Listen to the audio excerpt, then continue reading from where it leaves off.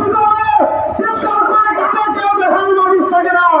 আমাদের মতো আহত ভাইরা দেয় তাদের পাশে দাঁড়াতে হয়।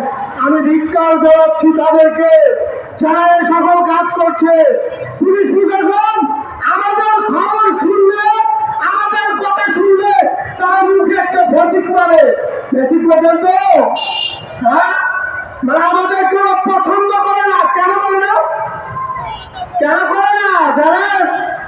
কারণটা হচ্ছে যে তাদের যে প্রত্যেক দিন পকেট পড়তো, টাকা দিত, শিখাচ্ছিলে যে ওদেরকে চালাতো, আজকে তো সেই সুযোগ সুবিধা পাচ্ছে না।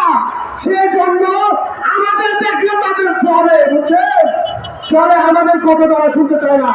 ভাই আপনাদের প্রতি আমার অনুরোধ, আমার দুটো দৃষ্টিশক্তি আমি হারিয়েছি, আমার কোনো দুঃখ নেই, আমার কোনো কষ্ট নেই।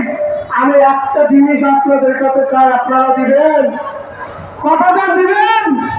আপনাদের কাছে আমি একটা জিনিস চাই, সেটা হচ্ছে যে আমার বাংলাদেশকে পরিপূর্ণ হিসেবে গঠন করে দিবেন। আপনারা কথা রাখেন, আমার বাংলাদেশ, আমার এই বাংলাদেশের মানুষ যেন একটু নিশ্চিতভাবে ঘুমাতে পারে।